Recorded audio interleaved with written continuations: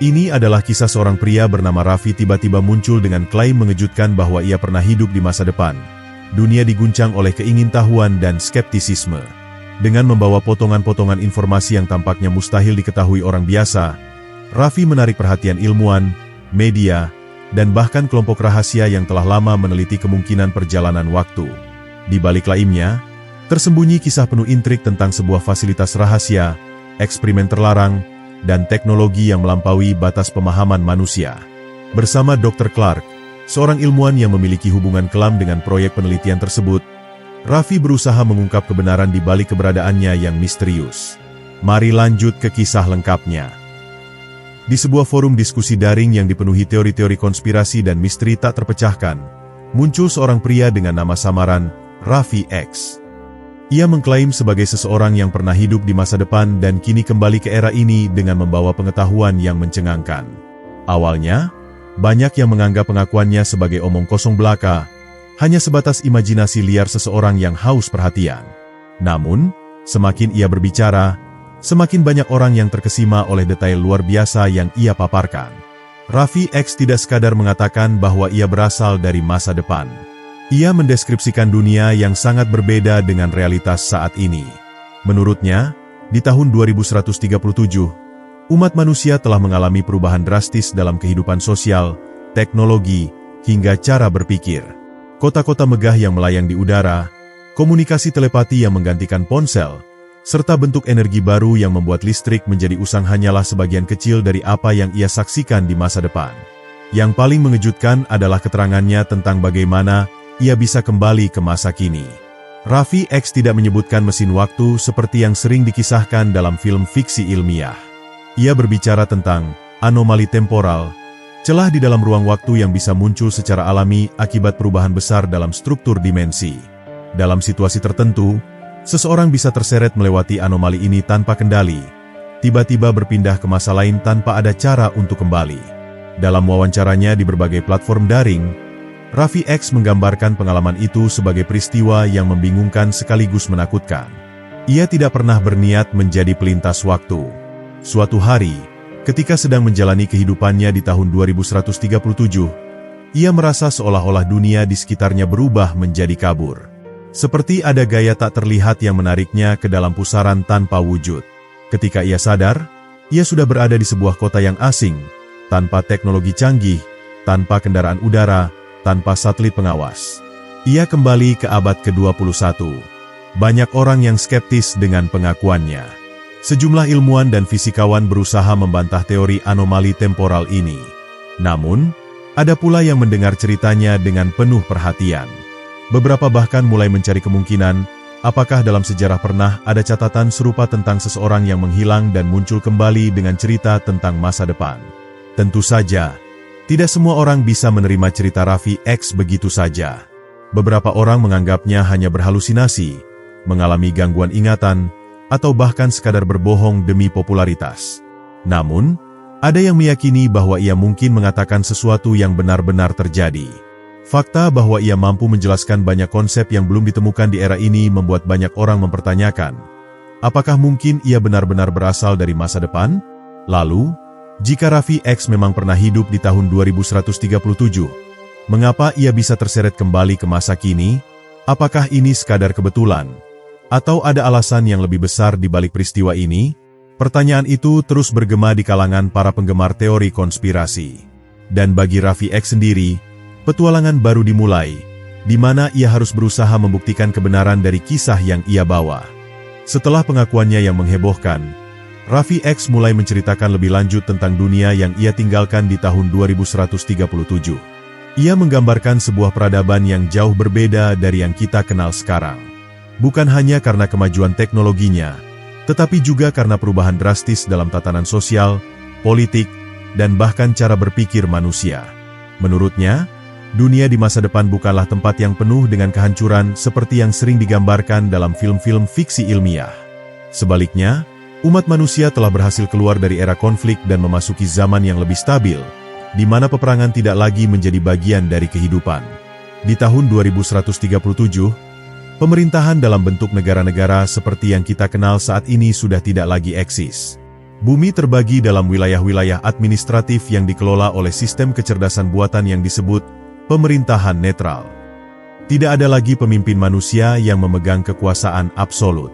Keputusan diambil berdasarkan analisis data yang sangat kompleks, mempertimbangkan keseimbangan antara kebutuhan ekonomi, lingkungan, dan sosial.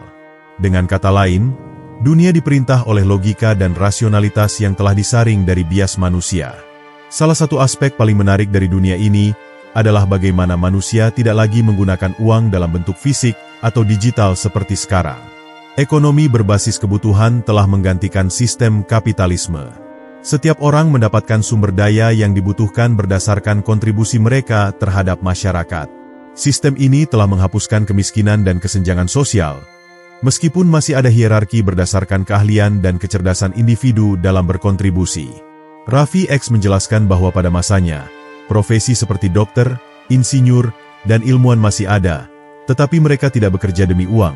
Mereka bekerja karena itu adalah tugas mereka sebagai bagian dari sistem. Dalam hal teknologi, dunia di tahun 2137 telah berkembang ke tahap yang sulit dibayangkan oleh orang-orang di abad ke-21. Transportasi berbasis energi kuantum telah menggantikan pesawat terbang dan kendaraan berbahan bakar fosil. Manusia dapat bepergian dari satu benua ke benua lain dalam hitungan menit menggunakan portal transit yang memanfaatkan energi titik nol. Bangunan tidak lagi terbuat dari beton dan baja, melainkan dari material organik sintetis yang mampu memperbaiki dirinya sendiri jika mengalami kerusakan. Teknologi ini memungkinkan kota-kota bertahan dari bencana alam dengan cara yang tidak pernah terbayangkan sebelumnya. Lebih mencengangkan lagi, Raffi X mengungkapkan bahwa di masa depan, komunikasi antar manusia tidak lagi bergantung pada perangkat elektronik. Teknologi telepati buatan telah dikembangkan, memungkinkan orang untuk berkomunikasi langsung melalui pikiran tanpa perlu berbicara atau mengetik pesan. Teknologi ini bukanlah sihir atau sesuatu yang supranatural, melainkan hasil dari perkembangan neurobiologi yang memungkinkan otak manusia terhubung dengan jaringan informasi global. Setiap individu memiliki akses langsung ke pengetahuan tanpa perlu mencarinya secara manual. Meskipun dunia di tahun 2137 tampak seperti utopia, Raffi X menegaskan bahwa bukan berarti tidak ada tantangan. Manusia tetap memiliki konflik internal, terutama dalam hal penerimaan terhadap perubahan yang begitu cepat. Ada kelompok-kelompok yang menolak ketergantungan pada kecerdasan buatan dan memilih untuk hidup secara terisolasi dari sistem global. Mereka disebut sebagai para penolak, dan mereka percaya bahwa manusia seharusnya tetap memegang kendali penuh atas peradabannya sendiri, bukan menyerahkannya kepada algoritma dan mesin. Selain itu, meskipun peperangan fisik telah lenyap, pertempuran di dunia maya menjadi ancaman terbesar bagi peradaban. Serangan siber menjadi bentuk utama dari konflik antar wilayah administratif. Kelompok-kelompok peretas dengan teknologi tinggi terus mencoba menembus sistem pemerintahan netral, berusaha merebut kendali atas jaringan global demi keuntungan mereka sendiri. Raffi X mengungkapkan bahwa ada suatu insiden besar yang terjadi di masa depan, di mana sekelompok peretas hampir berhasil menghancurkan keseimbangan dunia dengan meretas pusat kendali kecerdasan buatan. Salah satu hal yang membuat banyak orang meragukan cerita Raffi X adalah betapa detailnya ia menggambarkan dunia masa depan. Ia bahkan bisa menjelaskan konsep-konsep ilmiah yang belum ditemukan saat ini dengan cara yang masuk akal. Para ilmuwan yang mendengar ceritanya mulai mempertimbangkan kemungkinan bahwa ada butir kebenaran dalam pengakuannya.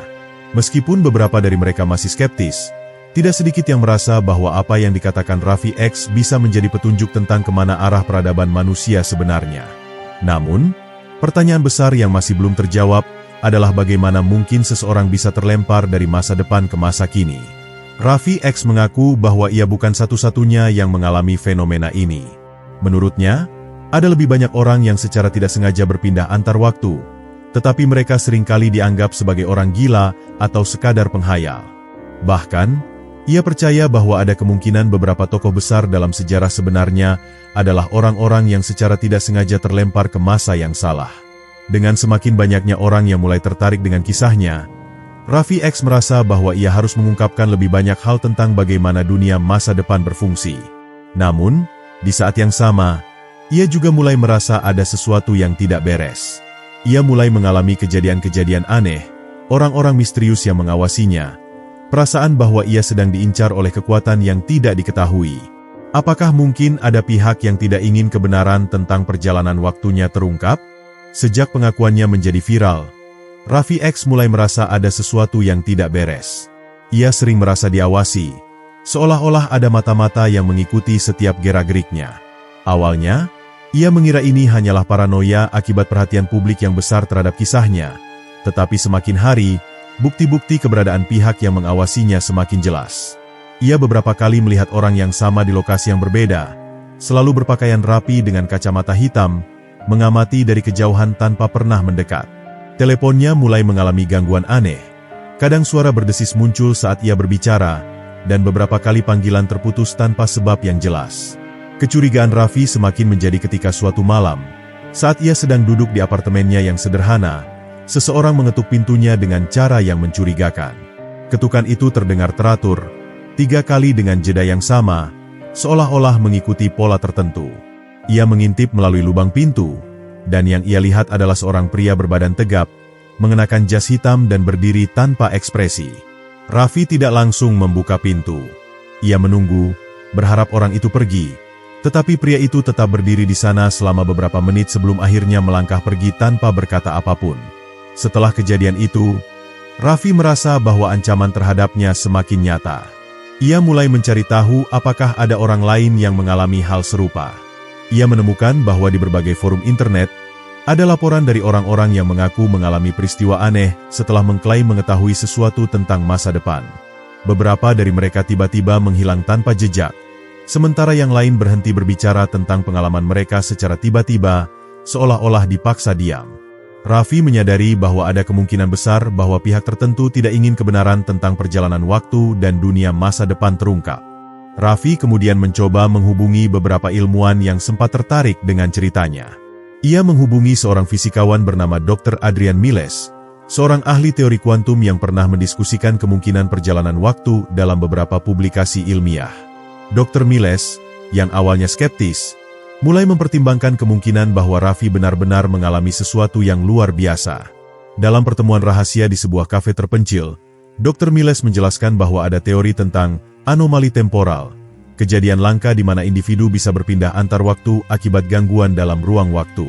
Menurut Dr. Miles, meskipun dunia sains belum bisa membuktikan secara pasti keberadaan perjalanan waktu, ada beberapa eksperimen yang dilakukan oleh lembaga-lembaga rahasia yang menunjukkan adanya fenomena aneh terkait waktu. Ia menyebutkan bahwa ada laporan-laporan tentang orang-orang yang tiba-tiba muncul tanpa identitas yang jelas, mengenakan pakaian yang tidak sesuai dengan zamannya, dan berbicara dalam bahasa yang aneh. Raffi bertanya apakah mungkin dirinya adalah bagian dari eksperimen rahasia, tetapi Dr. Miles tidak bisa memberikan jawaban pasti. Namun, yang mengejutkan Raffi adalah ketika Dr. Miles menunjukkan sebuah dokumen rahasia yang pernah ia temukan. Dalam dokumen itu, ada laporan tentang proyek eksperimental yang diduga dilakukan oleh sebuah organisasi rahasia yang mencoba membuka portal waktu menggunakan energi kuantum tingkat tinggi. Proyek ini, yang disebut Proyek Chronos, diduga telah berhasil memanipulasi waktu, tetapi konsekuensinya tidak terduga. Beberapa individu yang terpapar efek eksperimen ini menghilang dan muncul di era yang berbeda. Jika Raffi benar-benar bagian dari eksperimen ini, itu berarti ada pihak yang menginginkannya kembali atau berusaha menutup mulutnya.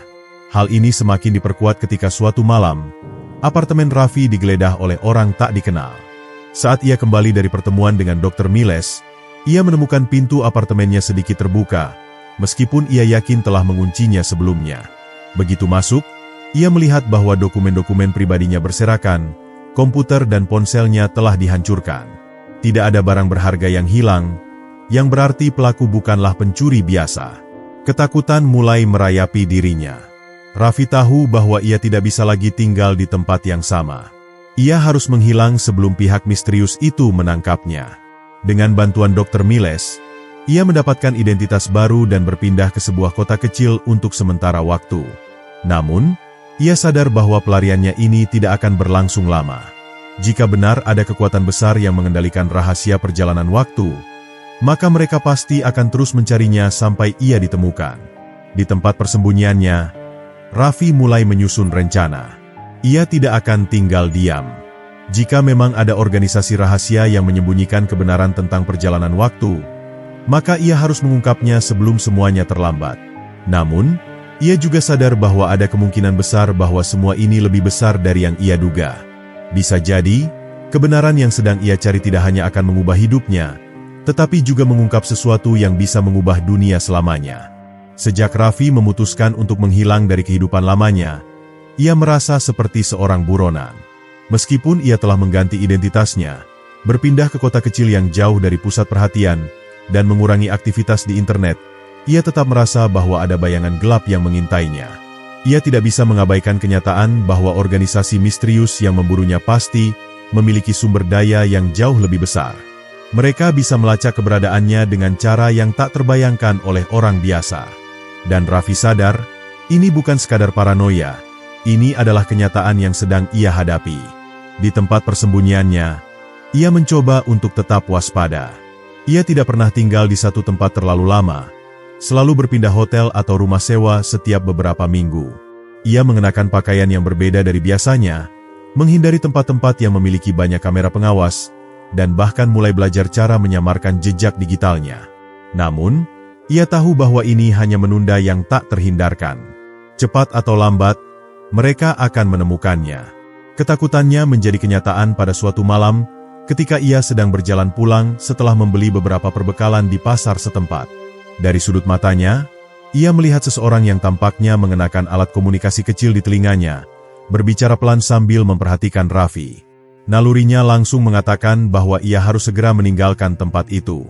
Tanpa pikir panjang, ia berpura-pura tidak menyadari keberadaan orang itu dan berjalan lebih cepat. Namun, ketika ia berbelok ke gang kecil, ia mendengar langkah kaki yang mengikuti dari belakang. Jantungnya berdegup kencang. Raffi segera mencari cara untuk meloloskan diri. Ia mempercepat langkahnya, tetapi suara langkah kaki itu juga semakin cepat. Tanpa membuang waktu, ia berlari menuju sebuah lorong sempit di antara dua bangunan tua, berharap bisa menghilang di dalam kegelapan. Namun, sebelum ia bisa keluar dari ujung lorong, seseorang tiba-tiba muncul dari bayangan, menghadangnya dengan tatapan tajam. "Jangan bergerak." Suara pria itu terdengar tegas. Raffi tidak punya pilihan lain selain melawan. Dengan gerakan refleks, ia menghantam dada pria itu dengan sikutnya dan mendorongnya ke belakang sebelum melesat ke arah jalan utama. Orang-orang yang mengejarnya segera bereaksi, tetapi Raffi sudah lebih dulu berlari secepat mungkin. Ia melewati beberapa kendaraan yang terparkir, melompati pagar rendah, dan berbelok ke gang lain, mencoba menghilang di antara kerumunan. Ia tahu ia tidak bisa lari selamanya, tetapi setidaknya ia bisa memperlambat mereka. Ketika akhirnya ia berhasil sampai ke tempat persembunyiannya, ia langsung mengemasi barang-barangnya dan meninggalkan tempat itu tanpa menoleh ke belakang. Ia harus mencari tempat yang lebih aman. Tetapi kemana? Semua pilihan terasa berisiko. Jika orang-orang ini bisa menemukannya di kota kecil yang jauh dari pusat perhatian, maka tidak ada tempat yang benar-benar aman bagi Raffi. Ia lalu memutuskan untuk menghubungi satu-satunya orang yang mungkin bisa membantunya, Dr. Adrian Miles. Dengan nomor yang telah dikodekan agar sulit dilacak, ia menelepon fisikawan itu dan menceritakan apa yang terjadi.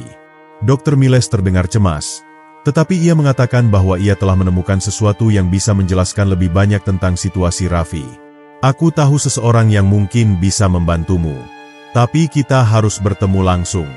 Datanglah ke lokasi yang akan kukirimkan, tapi pastikan kau tidak diikuti," kata Dr. Miles dengan suara tegang. Raffi merasa bimbang, tetapi ia tidak punya banyak pilihan. Jika memang ada orang lain yang tahu lebih banyak tentang misteri ini, ia harus menemui mereka. Dengan menyamarkan rutenya, ia akhirnya tiba di sebuah gudang tua di pinggiran kota sesuai petunjuk Dr. Miles. Ketika ia masuk, ia melihat Dr. Miles duduk di sebuah meja dengan seorang pria lain yang tidak ia kenal. Pria itu tampak lebih tua, dengan rambut putih yang disisir rapi, tetapi matanya menyiratkan bahwa ia telah melihat banyak hal yang tidak diketahui dunia. "Raffi, ini Dr. Edgar Coleman," kata Dr. Miles memperkenalkan pria itu. Dia pernah bekerja dalam proyek-proyek yang berhubungan dengan perjalanan waktu dan anomali temporal. Dr. Coleman menatap Raffi dengan tajam sebelum akhirnya berbicara. "Aku sudah membaca laporan tentangmu. Jika semua yang kau alami benar, maka kau berada dalam bahaya yang lebih besar dari yang kau kira. Mereka tidak hanya ingin menangkapmu, mereka ingin menghapus semua jejak keberadaanmu." Mendengar kata-kata itu, Raffi merasa bulu kuduknya meremang. Apa sebenarnya yang ia ketahui hingga membuat orang-orang ini ingin membungkamnya selamanya? Dan siapa sebenarnya mereka?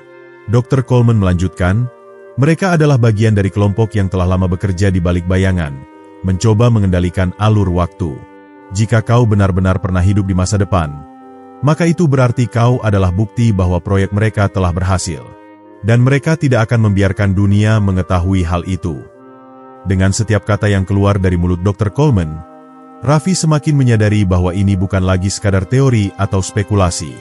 Ia telah menjadi bagian dari sesuatu yang jauh lebih besar, sesuatu yang mungkin bisa mengubah sejarah umat manusia. Tetapi, apakah ia benar-benar siap menghadapi kebenaran itu? Raffi duduk di hadapan Dr. Edgar Coleman dengan jantung berdegup kencang. Sejak melarikan diri dan bersembunyi dari kejaran organisasi misterius itu, ia tidak pernah benar-benar mendapatkan jawaban yang memuaskan tentang siapa yang mengincarnya dan mengapa.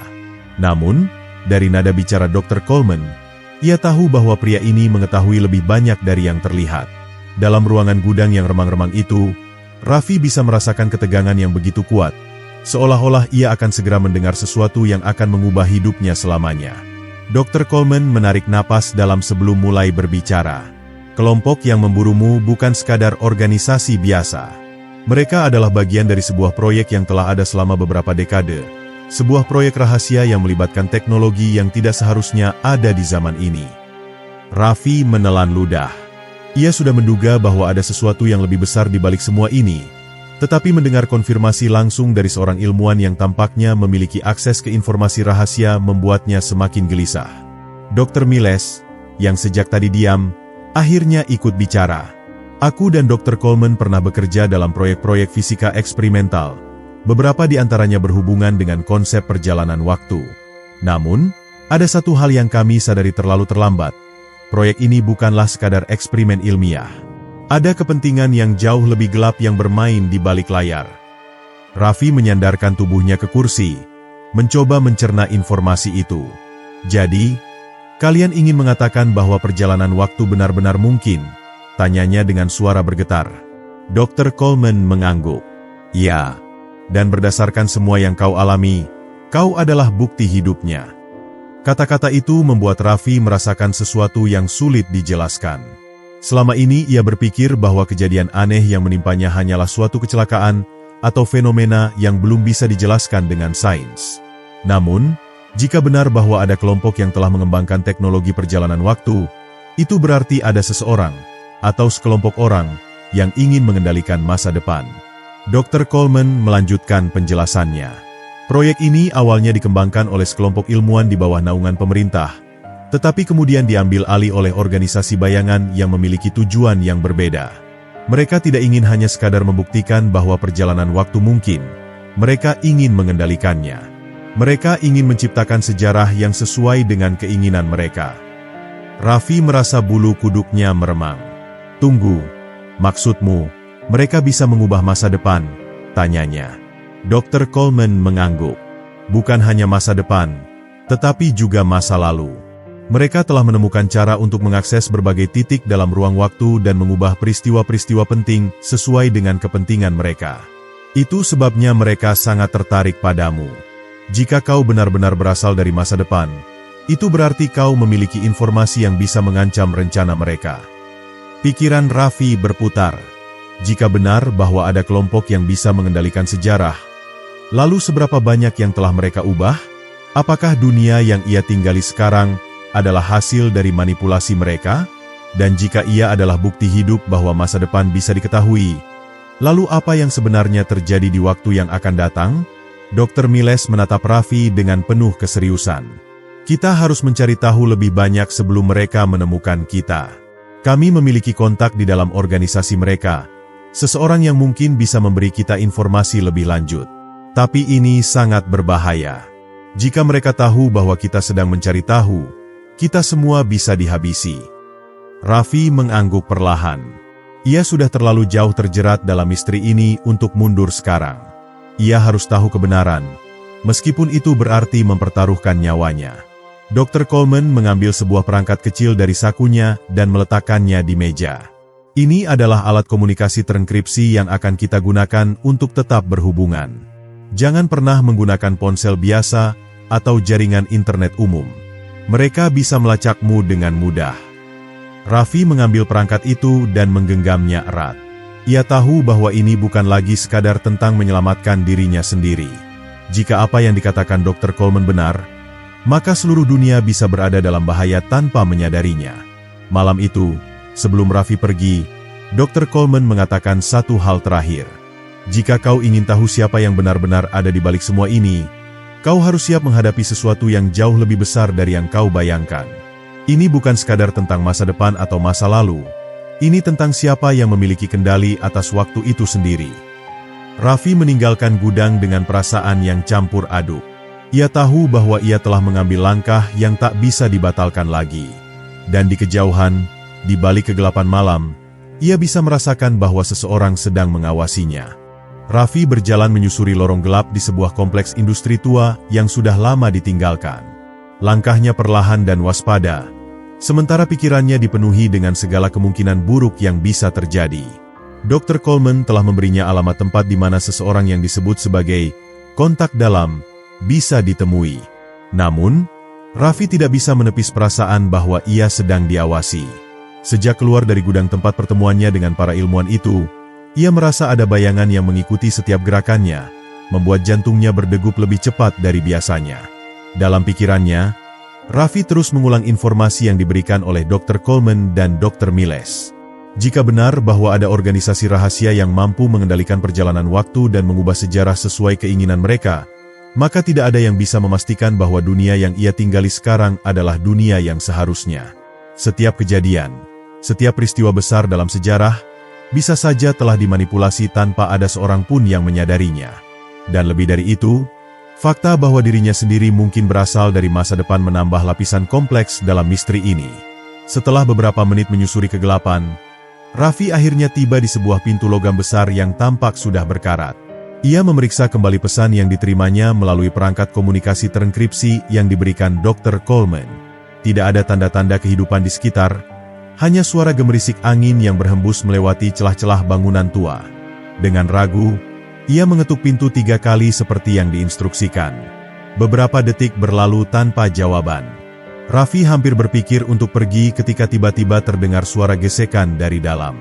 Pintu itu perlahan terbuka, memperlihatkan sosok seorang pria tua dengan mata tajam yang seolah mampu menembus kedalaman jiwa siapapun yang berhadapan dengannya. Wajahnya penuh dengan bekas luka, rambutnya beruban, dan tangannya bergetar saat menggenggam kenop pintu. "Kau Raffi?" tanya pria itu dengan suara serak. Raffi mengangguk. Pria itu mengamati sekeliling dengan cepat sebelum menariknya masuk ke dalam dan segera menutup pintu rapat. Di dalam, ruangan itu jauh lebih rapi daripada yang Raffi bayangkan. Ada tumpukan dokumen di atas meja kayu, beberapa monitor yang memancarkan cahaya redup, dan papan tulis besar yang penuh dengan diagram serta catatan yang tampaknya berkaitan dengan perjalanan waktu. Pria itu memperkenalkan dirinya sebagai Leonard Vauques, mantan anggota proyek rahasia yang sekarang hidup dalam persembunyian. "Aku tidak punya banyak waktu," katanya sambil berjalan menuju meja dan menarik sebuah berkas. "Kau harus tahu sesuatu. Apa yang kau alami bukanlah kebetulan. Kau bukan sekadar orang biasa yang tersesat dalam aliran waktu. Kau adalah bagian dari sesuatu yang jauh lebih besar." Raffi mengerutkan kening, mencoba memahami maksud kata-kata pria itu. "Apa maksudmu?" tanyanya dengan hati-hati. Leonard menatapnya dalam-dalam sebelum meletakkan berkas itu di meja dan membukanya, memperlihatkan sebuah foto hitam putih yang tampak sudah tua. Foto itu menunjukkan sekelompok ilmuwan yang sedang berpose di depan sebuah mesin besar yang tampak seperti bagian dari laboratorium rahasia. Dan di antara mereka, Raffi bisa melihat sesuatu yang membuat tubuhnya membeku, dirinya sendiri. Raffi menatap foto itu dengan mata membelalak. Ini tidak mungkin," gumamnya. Tangannya gemetar saat meraih foto tersebut, memeriksa setiap detailnya dengan saksama. Tidak ada keraguan lagi. Pria muda yang berdiri di antara para ilmuwan itu memiliki wajah yang sama dengannya. Tidak lebih tua, tidak lebih muda. Wajahnya yang sekarang. Leonard menghela napas panjang. "Itulah sebabnya mereka memburumu. Mereka tahu kau berasal dari masa depan, tetapi mereka tidak tahu bagaimana atau mengapa kau ada di sini. Jika aku harus menebak, kau adalah bagian dari proyek itu sendiri. Dan mungkin, hanya mungkin, Kaulah kunci untuk menghentikan mereka. Pikiran Raffi berputar dengan kecepatan tinggi. Jika ia benar-benar pernah berada di masa lalu bagaimana ia bisa sampai ke masa sekarang? Dan mengapa ia tidak mengingat apapun tentang itu? Apakah ia mengalami sesuatu yang membuatnya kehilangan ingatan? Atau ada kekuatan yang lebih besar yang berusaha menyembunyikan kebenaran darinya? Leonard melanjutkan, "Aku punya beberapa informasi yang bisa membantumu, tetapi ada risiko besar jika kau tetap di sini lebih lama. Mereka pasti sedang mencarimu. Kau harus pergi ke lokasi berikutnya sebelum mereka melacak sinyal kita." Ia menyerahkan selembar kertas dengan alamat yang tertulis di atasnya. "Temui seseorang di sini. Dia bisa membantumu mengingat." Mengingat. Kata itu beresonansi dalam benak Raffi. Jika ada sesuatu yang terlupakan dalam dirinya, sesuatu yang penting, maka ia harus menemukannya kembali. Ia harus mencari tahu siapa dirinya sebenarnya dan apa perannya dalam seluruh kekacauan ini. Saat Raffi bersiap untuk pergi, Leonard tiba-tiba mencengkeram lengannya dengan kuat. "Satu hal lagi," katanya dengan nada serius. "Jangan percaya siapapun, bahkan mereka yang tampaknya ingin membantumu, termasuk aku." Dengan perasaan campur aduk antara kebingungan, ketakutan, dan tekad, Raffi meninggalkan tempat persembunyian Leonard. Ia tahu bahwa setiap langkah yang diambilnya sekarang akan membawanya lebih dekat pada kebenaran, atau pada bahaya yang lebih besar. Di luar, langit malam tampak lebih gelap dari biasanya, seolah-olah alam semesta sendiri sedang menyembunyikan sesuatu darinya. Dan jauh di kejauhan, dari balik bayangan, mata-mata tersembunyi sedang mengawasi setiap gerakannya. Langkah Raffi semakin cepat saat ia meninggalkan tempat persembunyian Leonard Fouquet. Setiap bayangan di lorong sempit yang ia lewati tampak seperti ancaman. Setiap suara samar di kejauhan membuat bulu kuduknya berdiri. Ia tahu bahwa semakin dalam ia menggali kebenaran, semakin besar risiko yang harus ia hadapi. Dalam genggamannya, selembar kertas berisi alamat yang diberikan Leonard bergetar akibat tangannya yang berkeringat. Pikiran Raffi dipenuhi pertanyaan-pertanyaan yang semakin sulit untuk diabaikan. Bagaimana mungkin dirinya ada dalam foto dari puluhan tahun yang lalu? Apa yang sebenarnya terjadi padanya? Dan yang paling penting, mengapa ia tidak mengingatnya? Perjalanan menuju alamat yang tertulis dalam kertas itu membawanya ke bagian kota yang lebih tua. Daerah yang dipenuhi bangunan-bangunan tua dengan cat yang mengelupas dan jalanan yang hampir sepi. Sesekali, Raffi menoleh ke belakang, memastikan bahwa ia tidak sedang dibuntuti. Namun, meskipun ia tidak melihat siapapun, perasaan bahwa dirinya terus diawasi semakin kuat. Setelah hampir 1 jam berjalan, Raffi tiba di depan sebuah toko antik kecil yang tampak biasa saja. Tidak ada tanda-tanda yang mencurigakan, hanya etalase yang dipenuhi barang-barang tua seperti jam kuno, peta berdebu, dan beberapa buku tua yang tampak sudah lama tak tersentuh. Namun, Raffi tahu bahwa tempat ini bukan sekadar toko biasa. Ia menarik napas dalam-dalam sebelum mendorong pintu kayu itu, menghasilkan bunyi lonceng kecil yang menggema di dalam ruangan yang sunyi. Di dalam, seorang wanita tua dengan rambut perak dan mata yang penuh kebijaksanaan menatapnya dari balik meja kasir. "Kau sudah datang," katanya dengan suara tenang, seolah-olah ia sudah menunggu Raffi sejak lama. "Aku adalah Eleanor. Leonard memberitahuku tentangmu." Ia berbalik dan berjalan menuju rak buku besar di belakangnya, menarik sebuah buku tebal berwarna hitam yang tampak lebih tua dari yang lain. Dengan sekali tarikan, rak buku itu bergeser ke samping, memperlihatkan pintu rahasia yang tersembunyi di belakangnya. Raffi ragu sejenak sebelum mengikuti Eleanor melewati pintu itu. Di dalamnya, terdapat ruangan kecil yang dipenuhi dengan peralatan elektronik canggih yang tampak tidak seharusnya ada di toko antik tua seperti ini. Monitor besar menampilkan serangkaian grafik kompleks dan gambar-gambar yang tampaknya berkaitan dengan ingatan manusia. Di tengah ruangan, terdapat sebuah kursi berbentuk kapsul dengan kabel-kabel yang menjulur dari segala arah. "Duduklah," kata Eleanor. "Jika kau ingin menemukan jawaban, kita harus membuka kunci ingatanmu." Raffi menatap kursi itu dengan skeptis. "Bagaimana ini bisa membantuku?" tanyanya, masih ragu apakah ia bisa mempercayai Eleanor sepenuhnya. Wanita itu menatapnya dengan lembut. "Otak manusia seperti labirin," jelasnya. "Ingatan bisa dikunci, dimanipulasi, bahkan dihapus. Tapi semuanya masih ada di dalam sana. tersembunyi di balik lapisan-lapisan bawah sadar yang sulit diakses. Alat ini bisa membantumu membuka gerbang itu dan mengingat apa yang telah hilang. Meskipun rasa ragu masih menghantuinya, Raffi tahu bahwa ia tidak punya pilihan lain. Jika ia ingin menemukan kebenaran tentang siapa dirinya dan apa yang terjadi di masa lalu, maka ia harus mengambil risiko. Dengan berat hati, ia duduk di kursi itu, merasakan dinginnya logam di punggungnya. Eleanor menempelkan beberapa elektroda kecil di pelipisnya, lalu menyalakan mesin yang mulai berdengung pelan. Cahaya biru redup menyelimuti ruangan, sementara layar monitor mulai menampilkan pola-pola yang tampak seperti peta ingatan otaknya. Perlahan, Raffi merasakan gelombang sensasi aneh merayapi tubuhnya. Matanya mulai berat, kepalanya terasa pusing, dan dunia di sekelilingnya mulai berputar. Ia mencoba melawan, tetapi semakin ia berusaha bertahan, semakin dalam ia tenggelam ke dalam pusaran cahaya yang menyeretnya ke dalam kegelapan. Dan kemudian, tiba-tiba ia melihatnya. Potongan-potongan ingatan yang sebelumnya terkubur dalam benaknya mulai muncul satu persatu, seperti pecahan kaca yang tersusun kembali membentuk gambaran utuh. Ia melihat dirinya sendiri, tetapi di tempat yang asing, sebuah laboratorium besar dengan dinding putih bersih dan peralatan canggih di sekelilingnya. Di sekelilingnya, para ilmuwan dengan jas putih sedang bekerja, mencatat sesuatu di papan tulis digital. Dan di tengah ruangan itu, ia melihat sebuah mesin besar berbentuk lingkaran yang berdenyut dengan cahaya biru terang.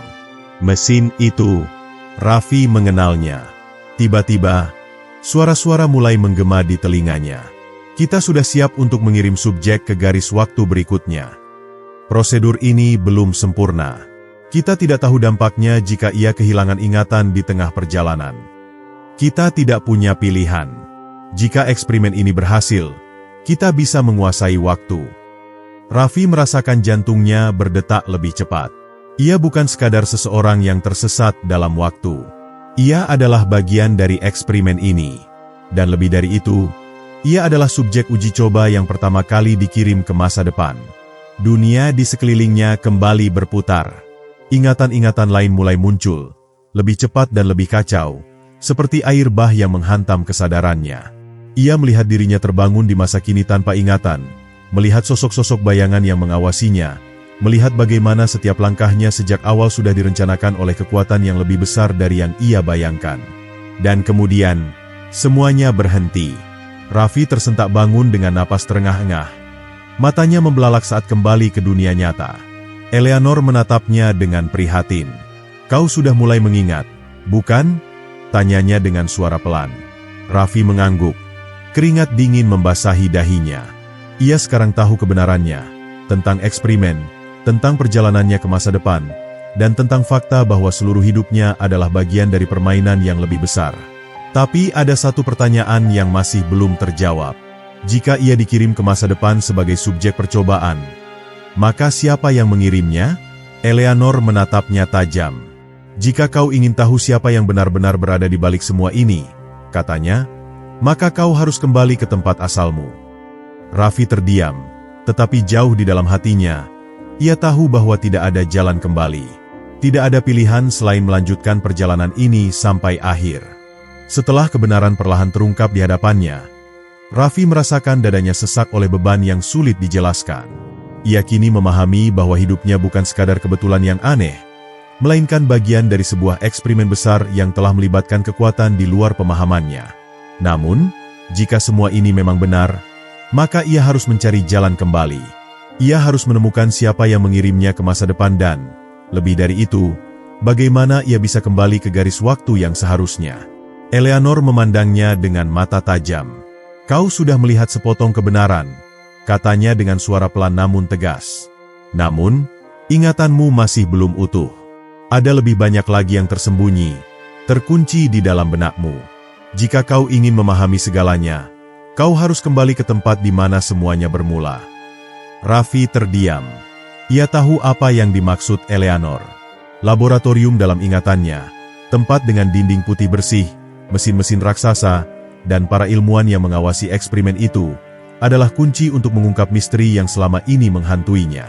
Tapi masalahnya, ia tidak tahu di mana tempat itu berada, atau apakah tempat itu masih ada di masa kini.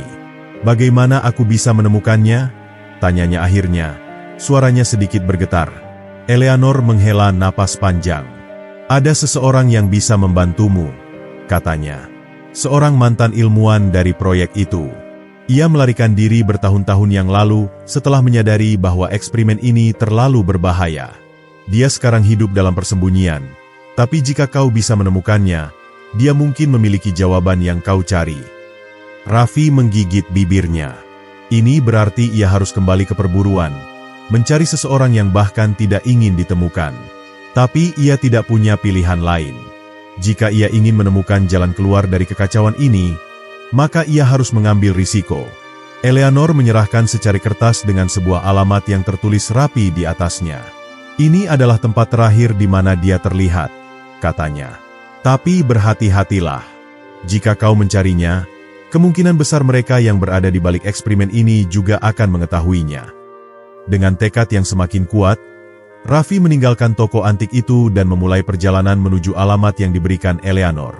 Kota tempat ia berada terasa semakin asing, seolah-olah setiap sudutnya menyembunyikan rahasia yang menunggu untuk diungkap. Ia merasa setiap orang yang melewatinya bisa saja mata-mata, setiap mobil yang melaju di jalanan bisa saja sedang mengawasinya. Paranoia mulai merayapi pikirannya, tapi ia tahu ia tidak bisa berhenti sekarang. Setelah beberapa jam perjalanan, Raffi akhirnya tiba di sebuah rumah tua di pinggiran kota, tersembunyi di antara pepohonan tinggi yang tampak sudah lama tidak terawat. Jendela-jendelanya tertutup rapat, dan tidak ada tanda-tanda kehidupan di dalamnya. Dengan hati-hati, ia melangkah mendekat dan mengetuk pintu kayu yang sudah mulai lapuk. Beberapa detik berlalu dalam keheningan. Kemudian, terdengar suara langkah kaki mendekat dari dalam rumah. Pintu terbuka sedikit, memperlihatkan sepasang mata tua yang penuh kehati-hatian. "Siapa kau?" Suara serak terdengar dari balik pintu. Raffi menelan ludah. "Aku mencari seseorang yang tahu tentang eksperimen perjalanan waktu," katanya dengan suara pelan, mencoba untuk tidak terdengar mengancam. Aku bagian dari eksperimen itu." Mata lelaki tua itu membelalak, dan tanpa berkata apa-apa lagi, ia menarik Raffi masuk dan mengunci pintu di belakangnya. Di dalam rumah yang gelap, hanya ada beberapa lampu redup yang menerangi ruangan sempit yang dipenuhi dengan tumpukan buku, kertas, dan peralatan elektronik kuno. Lelaki tua itu menatap Raffi dengan penuh kewaspadaan sebelum akhirnya menghela napas panjang. "Jadi, mereka benar-benar melakukannya," gumamnya. "Mereka benar-benar mengirim seseorang ke masa depan." Raffi merasakan dadanya semakin sesak. "Siapa mereka? Dan kenapa aku?" tanyanya dengan suara yang hampir bergetar. Lelaki itu mengusap wajahnya, seolah berusaha mengumpulkan pikirannya. "Aku adalah Dr. Adrian Clark," katanya akhirnya. "Dulu aku adalah salah satu ilmuwan utama dalam proyek perjalanan waktu. Tapi ketika aku menyadari dampak dari eksperimen ini, aku tahu aku harus pergi sebelum semuanya terlambat." Raffi menggelengkan kepalanya. Apa sebenarnya tujuan dari eksperimen ini? Dr. Clark menatapnya dengan tatapan berat. "Kau bukan sekadar subjek uji coba," katanya. "Kau adalah kunci dari semuanya. Mereka mengirimmu ke masa depan bukan hanya untuk melihat apakah itu mungkin, tapi untuk sesuatu yang lebih besar. Dan jika kau masih hidup sampai sekarang, itu berarti mereka masih mencarimu." Raffi terdiam. Semua yang ia ketahui tentang hidupnya ternyata hanya ilusi. Ia bukan orang biasa. Ia adalah bagian dari sesuatu yang jauh lebih besar dari yang pernah ia bayangkan. Dr. Clark menatapnya lekat-lekat. "Jika kau benar-benar ingin mengungkap kebenaran," katanya, "maka kau harus melakukan sesuatu yang lebih berbahaya dari sekadar mencari jawaban." Raffi menelan ludah. "Apa itu?" Dr. Clark menghela napas. "Kau harus kembali ke tempat asalmu," katanya. "Kau harus menemukan jalan kembali ke masa lalu." Raffi merasakan dunia di sekelilingnya seakan berhenti. Ia mengira bahwa misinya hanya sebatas mencari kebenaran.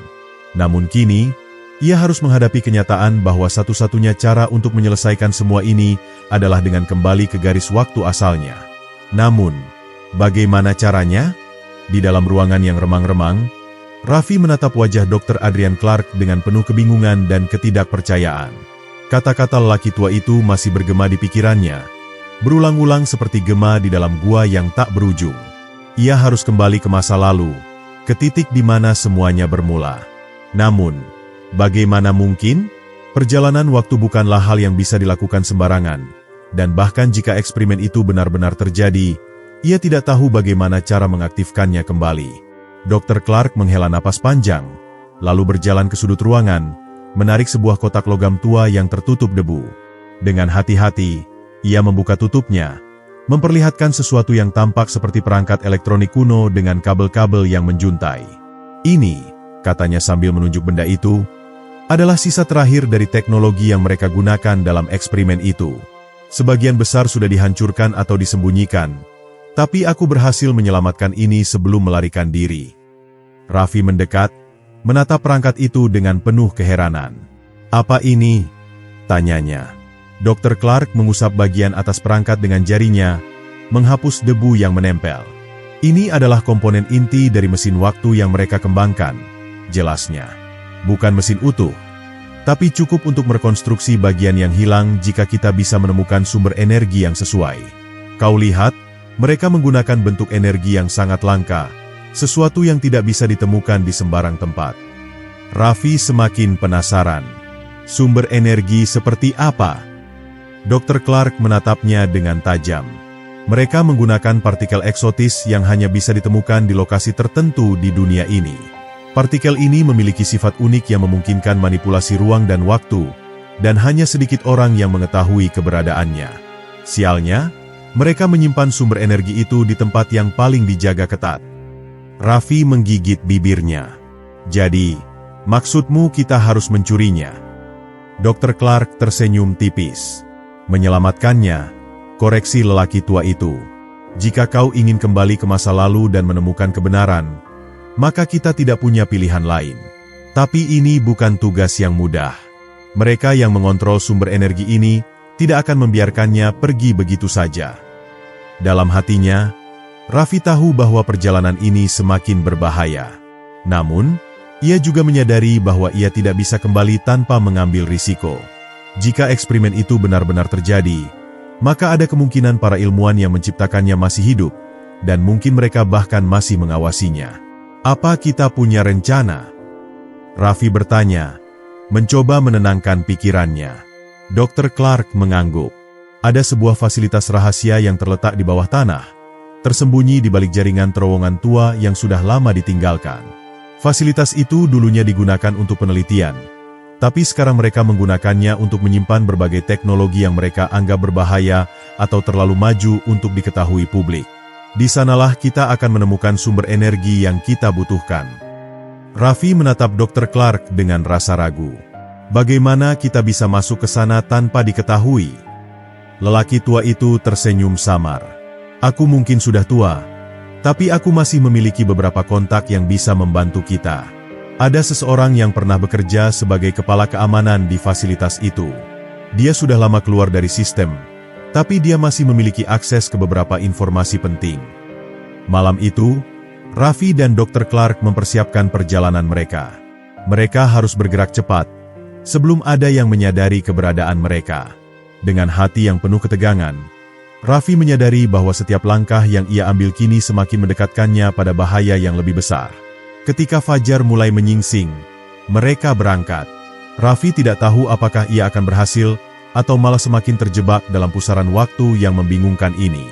Namun satu hal yang pasti, ia tidak akan berhenti sampai ia menemukan jawabannya. Dalam gelapnya lorong-lorong bawah tanah, Raffi dan Dr. Clark berjalan dengan langkah hati-hati.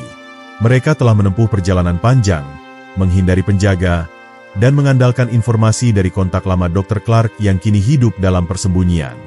Jalan menuju fasilitas rahasia itu dipenuhi jebakan dan sistem keamanan canggih, seolah-olah tempat itu menyimpan sesuatu yang lebih besar dari sekadar penelitian ilmiah biasa.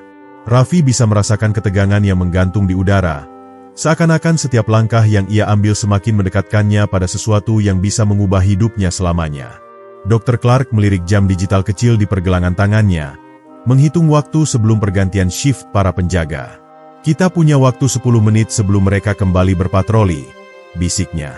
Di balik pintu besi itu, ada ruangan yang menyimpan sumber energi yang kita cari. Raffi menatap pintu besar di hadapannya. Terbuat dari baja tebal dengan pola ukiran aneh di permukaannya, Pintu itu tampak seperti peninggalan dari era yang lebih maju. Ia menyentuhnya perlahan, merasakan dinginnya logam yang menyimpan banyak rahasia. "Bagaimana kita membukanya?" tanyanya.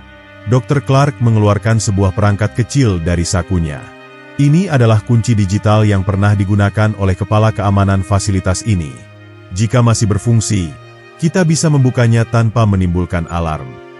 Ia menempelkan perangkat itu ke panel di samping pintu, lalu menunggu. Beberapa detik berlalu dalam kesunyian yang mencekam sebelum terdengar suara klik pelan. Lampu hijau menyala di panel, dan pintu perlahan terbuka, memperlihatkan sebuah ruangan yang dipenuhi dengan tabung kaca raksasa, masing-masing berisi cairan berpendar biru yang tampak berdenyut seperti jantung makhluk hidup. Di tengah ruangan, sebuah bola kristal melayang di udara, dikelilingi oleh cincin logam yang berputar perlahan. Energi yang terpancar dari bola itu begitu kuat hingga Raffi bisa merasakannya di kulitnya. "Inilah dia," bisik Dr. Clark dengan nada kagum. "Sumber energi yang mampu membuka gerbang waktu." Namun, sebelum mereka bisa mendekat, suara langkah kaki terdengar dari koridor di belakang mereka. Raffi menoleh dengan cepat, jantungnya berdegup kencang. Sekelompok pria berseragam hitam masuk dengan senjata yang diarahkan langsung kepada mereka. Salah satu dari mereka, seorang pria tinggi dengan wajah penuh bekas luka, melangkah maju dan tersenyum sinis. "Aku sudah menduga kalian akan datang ke sini," katanya dengan suara rendah namun tajam. "Kalian benar-benar berpikir bisa mencuri sesuatu dari tempat ini dan lolos begitu saja?" Dr. Clark menghela napas, menatap pria itu dengan penuh kebencian. "Victor," katanya dengan suara bergetar, "aku seharusnya tahu kau masih terlibat dalam semua ini." Victor menyeringai. "Kau seharusnya tidak kembali, Clark. Aku sudah memperingatkanmu bertahun-tahun lalu. Kau tahu betul bahwa bermain-main dengan waktu hanya akan membawa kehancuran." Ia menoleh ke Raffi. "Dan kau? Aku penasaran bagaimana kau bisa sampai sejauh ini. Apa yang membuatmu begitu istimewa?" Raffi menggenggam kepalan tangannya, menahan emosi yang mulai memuncak. "Aku hanya ingin tahu kebenaran," katanya tegas. "Aku ingin tahu siapa yang mengendalikan semua ini. Siapa yang memutuskan siapa yang bisa melangkah ke masa depan dan siapa yang harus tetap terjebak di masa lalu." Victor tertawa kecil. "Kebenaran?" katanya, melangkah mendekat. "Kebenaran itu terlalu berbahaya. Nak, ada hal-hal yang lebih baik tetap tersembunyi." Tanpa peringatan, Dr. Clark meraih sesuatu dari sakunya dan melemparkannya ke lantai. Sebuah alat kecil yang segera memancarkan cahaya menyilaukan. Dalam sekejap, Raffi merasakan gravitasi di sekelilingnya berubah. Tubuhnya terasa ringan, seolah-olah ia ditarik oleh kekuatan tak terlihat. Saat cahaya itu mereda, ia menyadari bahwa mereka kini berada di tempat yang berbeda, di dalam ruangan lain, jauh dari Victor dan para penjaganya. Dr. Clark terengah-engah, menatap Raffi dengan ekspresi serius. "Kita tidak punya banyak waktu. Aku akan mengaktifkan mesin waktu ini dan mengirimmu ke masa lalu, ke titik di mana semua ini dimulai. Jika kau ingin mengungkap konspirasi ini, kau harus melihatnya dengan mata kepalamu sendiri." Raffi menatap bola energi di tengah ruangan. Ini adalah kesempatan terakhirnya untuk menemukan jawaban yang selama ini ia cari. Dengan satu tarikan napas dalam, ia melangkah maju. Cahaya biru menyelimuti tubuhnya, dan dalam sekejap, ia menghilang ke dalam pusaran waktu yang tak terduga.